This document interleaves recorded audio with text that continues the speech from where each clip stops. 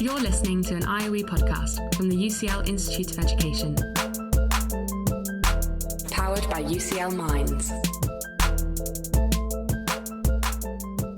Hello and welcome to this online event about the school curriculum, and thanks very much for joining us. I'm Dr. Sandy Leeton-Gray, Associate Professor of Education at the IOE and your chair this afternoon.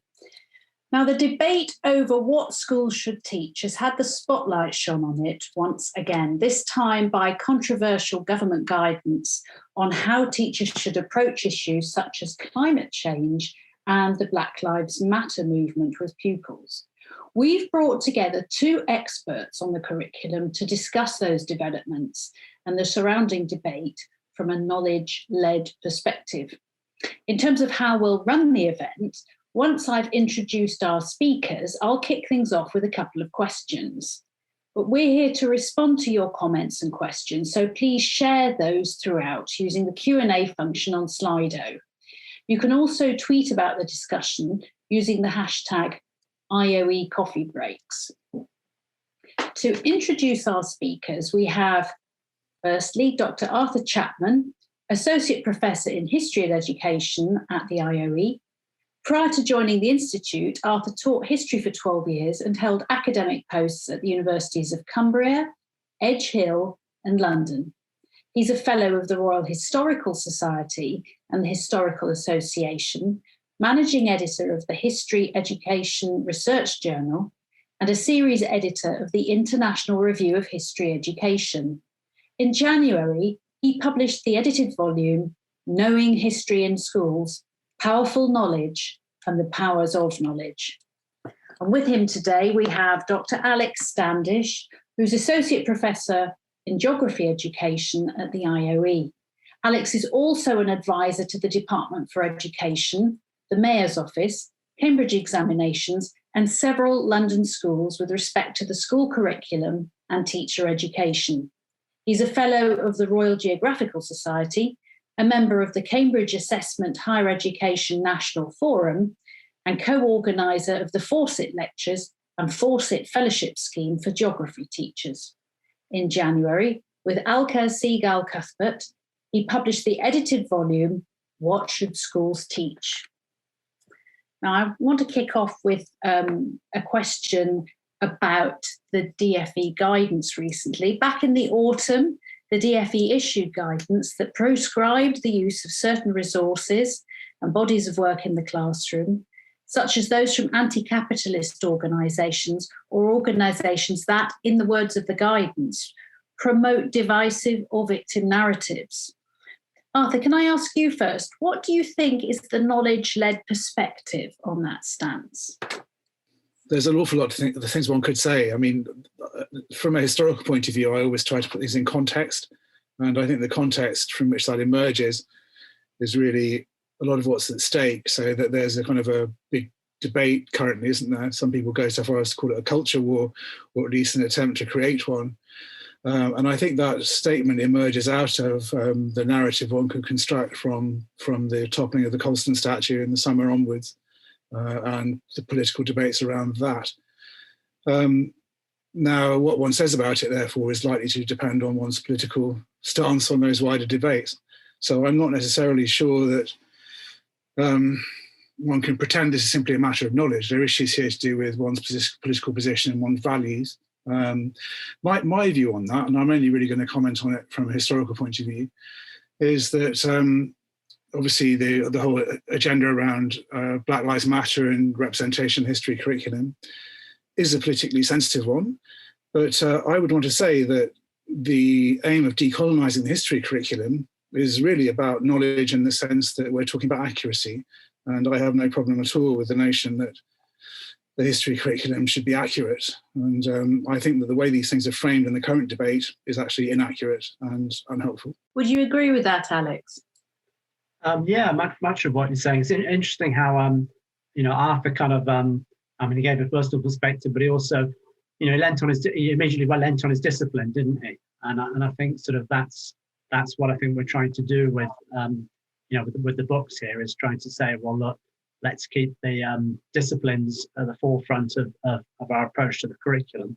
because disciplines give you a perspective. So if I think, if I think about, what the government was responding to, the government's prescription of resources and so forth, they're responding to. Certainly, there's been an increase in political resources, political activity, I think, in the school curriculum, which is part of a wider trend towards what we call an instrumental approach, which is, again, I think what the both books are responding to. And that's been going on for some time. So back in 1997, a geographer, Bill Marsden, wrote a piece on taking the geography out of geographical education, which sounds a bit bizarre, but what he was responding to was the fact that social causes and pedagogy have come out of balance with the content, the subject content in the curriculum. And that's, so that's been going on for more than a couple of decades. And I think what we're trying to do with these books is, as I said, put the emphasis back on the knowledge and think about, what is disciplinary knowledge and what's its role in the school subjects and how is it approached differently in English, music, religion, chemistry, and so forth. And what are the pedagogical implications of this? So we're trying to get back to, putting disciplines front and center of the curriculum and thinking about, what that means, so that, the curriculum isn't just anyone's point of view. What I want to teach, what my political point of view is, and you teach what your political point of view is. There must be some way of understanding what a discipline is and how we can approach that, and what it means to take a disciplinary approach in school. So throwing that back over to Arthur then, we're talking about leaning on the discipline for answers. So I'd like you to give a bit of thought now to the history curriculum specifically, as opposed to, say, mathematics or modern foreign languages or even geography. And I'm just wondering how you see those sort of issues playing out then. Yes, I mean, history is a particularly fraught example, because I think history is inevitably bound up with questions of identity and politics in the way that some other disciplines aren't. I mean, mathematicians will have to forgive me if I'm failing to appreciate something here, but I don't think, pi r squared necessarily talks to who I am as a person. I mean, history is a number of things. It's a word with many meanings. So on the one hand, one can sometimes use history as if it was a reference to the past itself, or you can use history to talk about the discipline. You can use history to refer to history books. There's all sorts of uses of it. But what we're interested in is history as a form of knowledge. History is an academic discipline. And I'm interested in arguing that it's useful and enabling and empowering for all children to engage with history and to understand the kind of empirical and rigorous and robust approach to thinking about time and change that it can help provide. And I would stand by that, unquestioningly. But there are lots of other things, however, that I wouldn't want to pretend aren't also to do with history as well. When people talk about history, they're talking about their identity, they're talking about their personal narratives, they're talking about their collective narratives. And that's what makes history really problematic, or at least difficult to manage, or perhaps looking at it in a positive way, really interesting. How do you cope with the fact that there are robust, analytical, supportable, verifiable claims one can make about the past on the one hand, and on the other hand, there are claims about the past that are very deeply important to people's identity, which is not necessarily easy to sustain analytically. And I think navigating those poles is quite a challenge. And the debates we've just been referring to are a good example. I mean, a lot of people object, let's say, to reference to the British imperial past because they want to be proud of their country. And obviously being proud of your country is a good thing. But historians would say, and I think it was 172, wrote to the, published a statement by the Historical Association, I think it was in the summer, saying there are inaccuracies in this story, and one has to be accurate as well as proud. And that's, I think, what makes history tricky. You can't simply refer to it as a cognitive discipline the way you might with mathematics, because it's a cognitive discipline that can pose dangers for some of the identity narratives people want to believe. For example, my country, right or wrong, everything we've done is brilliant, and so on. The historian says, well, who exactly are we? Who we are changes over time. Let's think about time. Let's think about what that means, and so on. Does that answer? So really encouraging a critical engagement with the past then. So that's very high up on any school's approach to history these days, isn't it? I think so, yeah. Yeah. So, Alex, let's think a little bit about geographical education. And I'd like to think specifically about climate change. You've emphasised the needs for pupils to be given a firm grounding in the scientific disciplines rather than what we might call environmental education. And I'm wondering, what are your views on pedagogical approaches designed to engage a broader range of pupils in the sciences? Thank you. Yeah, I mean, certainly for pedagogical approaches that engage a broader range of pupils. I mean, that's what we're trying to do really, is bring children into the discipline, and we want all children to, we love our subjects, and we want all children to have the benefits of them. I think that's what we're trying to do here. And with respect to climate change, I mean, I'm for education, but I think I want to make a distinction between an educational approach to teaching about climate change, what I'd call a political approach. So, in the book we draw on the liberal education tradition, which is about the development of character, well-rounded person, critical reflexive thinking, introduction to a broad range of knowledge, each with its distinctive insights into truth and the human condition, and knowledge as a common heritage of humanity. So those would be those are all educational aims. So when we get to the curriculum and we take an issue like climate change, then we put it in an academic context. Stanley Fish has the term academicize. We put it on the table and we investigate it and we explore it from different perspectives, and we allow children to find their own conclusions as to perhaps how they think we might want to best respond to climate change. So that's the teacher opens it up. We explore it from different points of view, and we let it go, and we let the children kind of explore around it too. A political approach, I think, would be one, because we're seeing a lot of teachers jump on the climate change bandwagon and saying, yes, I want to be a climate change teacher and so forth. And obviously, it's an important issue. We want it to be in the curriculum, but a political approach is one where the teacher's already decided how children should think and respond to climate change. So there might be some discussion around different approaches, but ultimately, they're motivated by, as Bill Marsden says, they're motivated by the social cause, and ultimately they really want to get children to think in a certain way, taking on a certain ideology and take actions to address the problem. So, that's one that is not an open approach, okay, because it's manipulative, and it's it slips into possibility of indoctrination. So. So I've also written a textbook on for primary and early secondary school children on this, and I guess the approach I take it is to stay more within the realm of what we know about climate change, and the reasons for it, and the responses that we've seen, people, flora and fauna, what changes are actually going on, and then look at the ways in which people have adapted, are responding, and then what other options are available. So it takes it seriously, but we avoid sort of slipping into climate alarmism and scaring children.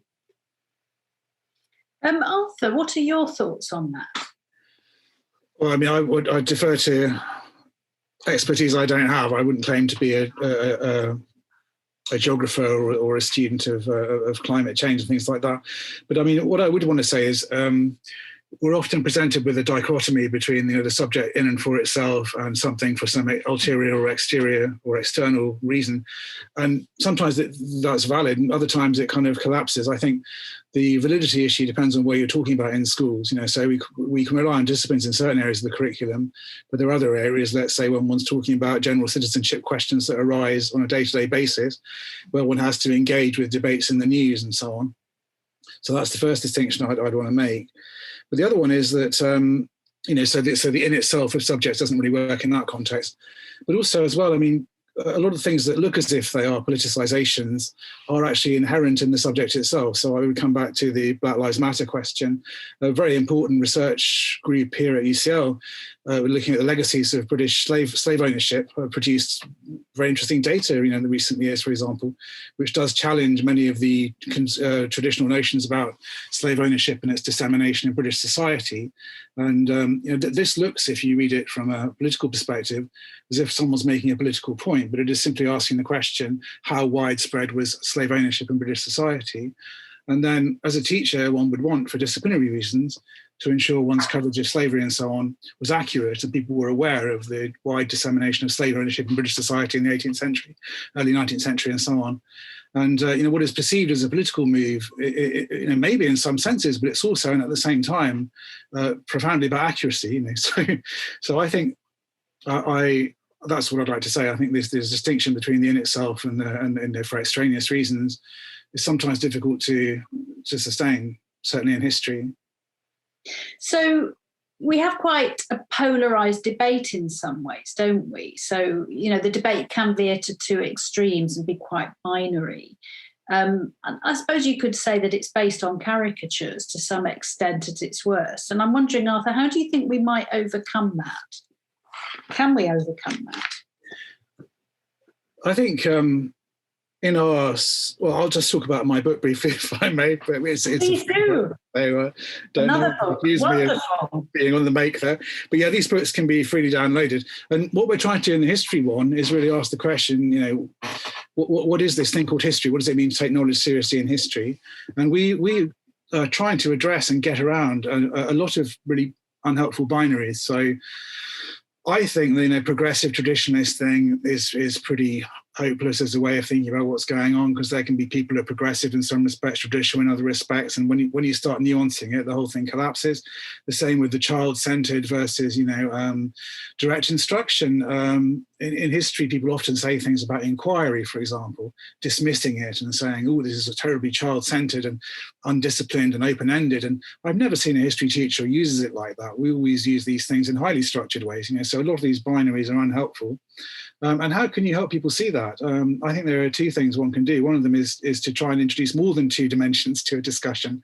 So rather than framing discussions of history in our book in terms of skills versus knowledge, we try and nuance that by introducing other dimensions. So learning history is about learning lots of facts. You need to know a lot of things about the past, but it's also about learning concepts and coming to epistemological understandings. This is not skills, these are knowledge. So concepts like evidence, concepts like change, concepts related to argument. There's a whole repertoire of concepts as well as facts that are involved in coming to know history. And learning these concepts is inevitably knowledge saturated, even if it isn't factual.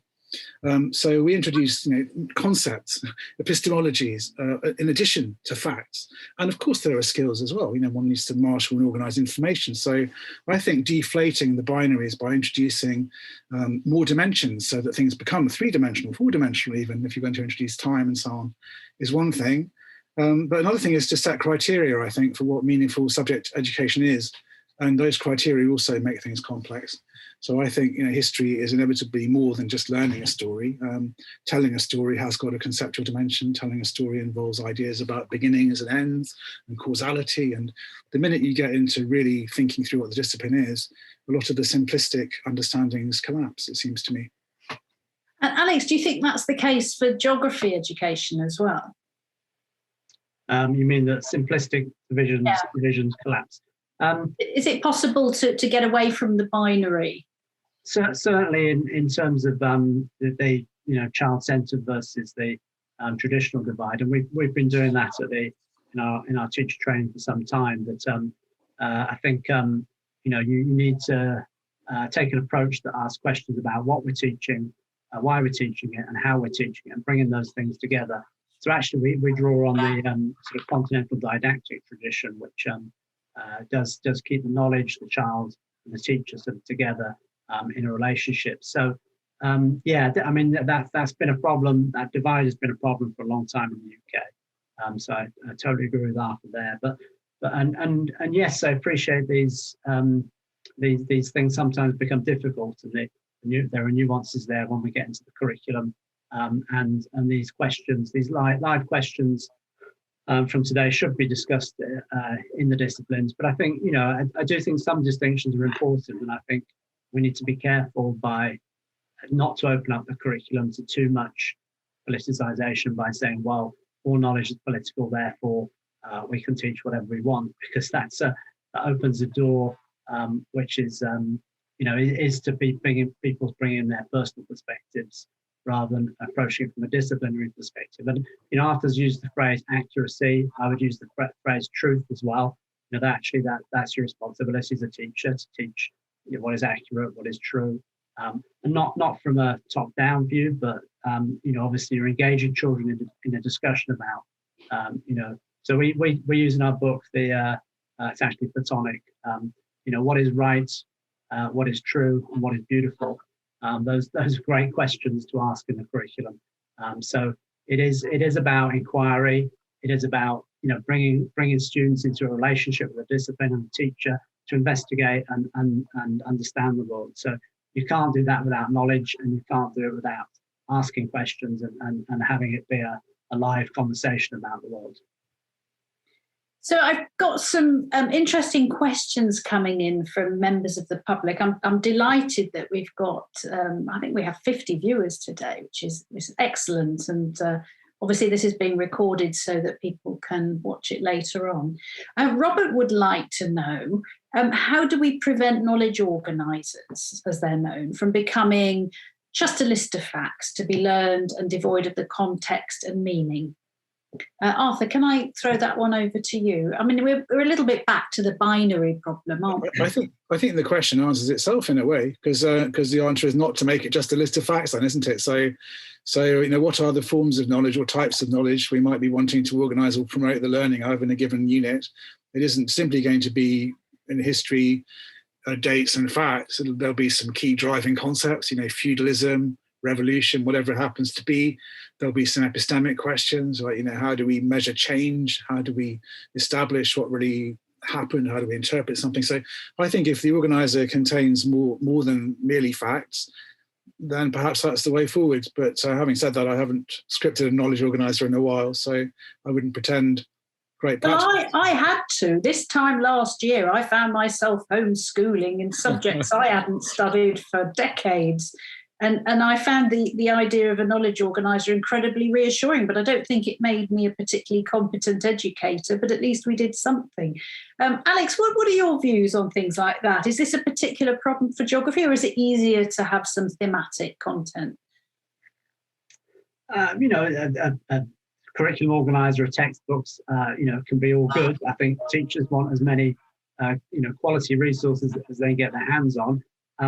But I think, you know, making a distinction between curriculum, I mean, I appreciate this is a resource we're talking about, and then pedagogy, or what happens in the classroom, which is for the teacher to, you know, to bring it to life. Tim Oates uses the phrase, curriculum is dry as dust. Okay, it's dry as dust. It's like, you know, it's just stuff to learn, but, you know, it's the teacher's job to bring it to life in the classroom and make it exciting and wonderful and open-ended, you know, that's what they should do. Thank you. It reminds me a little bit of the debate that we had once at the IOE with Professor David Lambert hosting it.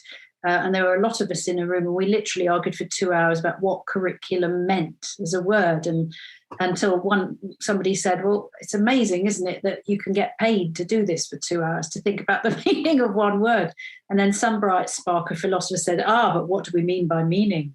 So we could have been there all night. Very interesting question from Rachel. How does secondary music fit into the knowledge-led curriculum? Now, this appeals to me as a question because, of course, I was secondary music trained as a teacher, and you need an awful lot of knowledge, otherwise you don't get very far at all with the higher level stuff. So there does tend to be a degree of memorization of things like time signatures, key signatures, ways of doing notation, you know, and the further up the ladder you go, the more complex it gets with memorizing things. You're transposing instruments into different keys and that kind of thing, very, very technical. But at the same time, you want to have something really inclusive. You don't want people sort of bowing down under the weight of a curriculum that's led by people having lessons outside school. So you want it to be reasonably accessible and democratic and formed around a very human thing, which is music making.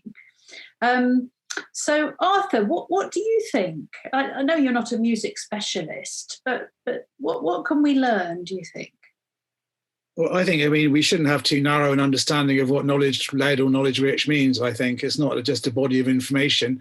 I would like to fall back on Howard Gardner and his superb book, The Disciplined Mind. I don't know if people know that one, but Howard Gardner's view there, and it's one I very much share, is that we should think of disciplines as traditions of making sense of the world, and there are various different ones which make sense of the world in different ways. And what we're trying to do is to induct people into ways of understanding or ways of thinking about life, living, and the world. And I think music, and musics even, because there are different traditions of it even, music to me is about modes of expression. And obviously there's lots of discipline involved. I should admit to playing the drums at this point, but as a drummer... I never knew that. Actually, flam taps, triple paradiddles, all kinds of things, just to get my chops in order, which is my ability to move my hands accurately. But the point of getting your chops in order is not simply to chop away at someone else's pile of wood chip, as it were. The point is to improvise, to generate ideas about how to play, and to be able to implement them. So I think knowledge isn't just bodies of information. Knowledge is also forms of expression, knowledge of traditions, knowledge of techniques, knowledge of exemplars. And I think that Howard Gardner is where we should be going here in terms of this idea of disciplines we want to induct children into.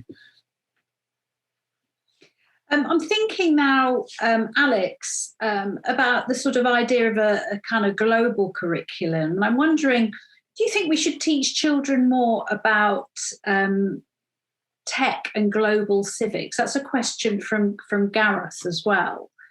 Should we have that kind of mindset when we're planning a curriculum? Sorry, tech and global civics. So the idea about global tech, global citizenship, global civics, he's called it in the question. Okay, all right. It's hard enough trying to get a national curriculum together, let alone a global one is my first thought. So, actually, there are a curriculum is related to your culture. It is a conversation, as Michael Young says. It's a conversation about who we are and what we believe. There are values that underpin your curriculum, so in the UK we value knowledge. We're a democratic society, which is why I brought up the liberal ideas about liberal education, because that's also something we believe in, and that's why we can make a distinction between a political approach which doesn't allow children freedom of thought, and one which is more open and aims for autonomy and individual freedom. So those are values, and so I don't think we can approach the curriculum from a global point of view, because who would decide? And countries are very different and have different values, so would approach a curriculum in very different ways. But again, that doesn't mean we shouldn't be involved in discussions about the idea of global citizenship or issues at a global level. So obviously we want a curriculum to come from the perspective, but be open to the world and engage with other countries, other cultures, and showing children what are different approaches in other countries, and different ways of knowing, as Arthur was saying. Of course, courses like the International Baccalaureate have attempted to do that, haven't they? They've put internationalism and the international mindset at the centre, I suppose. Got a question now from Samantha, and I understand we're up to 66 viewers, which is wonderful. And I've got Exhibit A here for Arthur, which is my history ruler. Against the Zoom background. So this is everything you need if you're going to cheat in the 1950s history exam.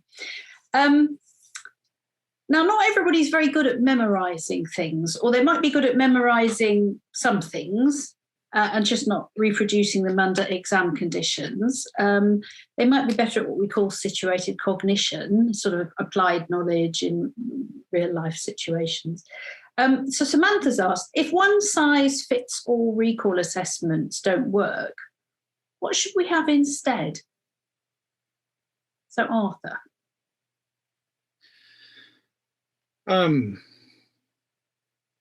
I can't see how the one-size-fits-all recall assessment would have that much of a role in history. I know that people do, and it's an excellent thing, use knowledge recall as a rapid way of assessing things. But I mean, to assess the full dimensions of historical understanding, you'd have to do an awful lot more than simply ask people recall questions. So if this is asking, are there alternatives to that? I would say that yes, there are, and we already use them. So I mean, for example, in history, where we set many different types of tasks, not simply factual recall, and usually it's about applying the knowledge and to answer some sort of question. Why did X, Y, or Z happen? And to do that, one has to bring in factual information, but actually do something with it. In terms of whether the extent to which memory exercises are accessible for all, I'd have to say I can't really comment on that because I'm not a psychologist. I don't know. I think remembering is of value to everybody, but I don't think it's what we're talking about when we're talking about knowledge. It's a necessary condition for knowledge, but it isn't knowledge in and of itself. It's what I would call informatics, inputting, outputting data rather than processing it conceptually to form representations. What do you think, Alex? I guess, I was just reflecting on even a GCSE exam where the assessment objectives, they do assess different types of things. So there is, for geography, there's, a section of it would be what you just called knowledge recall.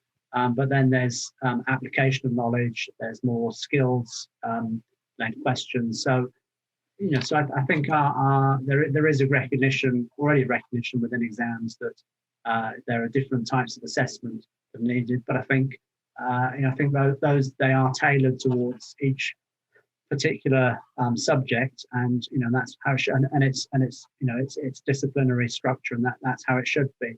But I don't think there are many people who would defend just memory recall. I think, as Arthur said, we want to understand students' ability to apply knowledge and think in a disciplinary way. But those assessments are pretty valuable. So I think we should do our best to keep them. Yeah, from a personal point of view, I was quite baffled at things like bringing in quoting great bits of great tranches of English literature texts in the new GCSEs and things like physics formulae and so on, which might be things that people routinely look up. So it seems that we're in a very uncomfortable position. That on the one hand, we want people to be able to memorise something. On the other hand, it seems quite important to have this broader contextual understanding that you both talked about so much. So I suppose, we can only ever have a pendulum swing on something like this, can't we? We've got a few minutes left, a couple more questions. Alex, can you stay with me now and answer for Stuart, who sent in a question? How stable is powerful knowledge in times of curriculum decolonisation? Difficult question. Very good. That's a very good question. Not very, maybe. I think we schools need to be careful with the term powerful knowledge. Michael Young came up with it in relation to what was going on in South Africa and the fact that post-apartheid they decided to change the curriculum and take away knowledge of the powerful, but actually they worked out they'd thrown away quite a bit of powerful knowledge as it at the same time. So, and by that he means disciplinary knowledge. So, I think it's been a very useful sort of curriculum principle to think about. As I said earlier, thinking about educational aims and what knowledge is valuable, why it's valuable, and how it should be introduced. And that's maybe speaks to your question about your poll question about who should be making decisions about the curriculum. I think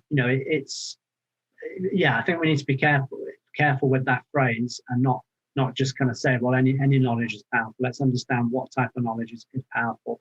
And then I think, a conversation like decolonising the curriculum, absolutely, let's open up the discussion to questions about, who is included in the curriculum and whether we need to broaden our understanding of curriculum and whether it needs to become more accurate to better reflect, the story of our country and the people involved. we don't want to throw the baby out with the bathwater. We do want to keep a focus on as we said at the beginning, disciplines are great for understanding change in the world, understanding things like slavery and the history of how we've become as we are today. So let's keep that focus there.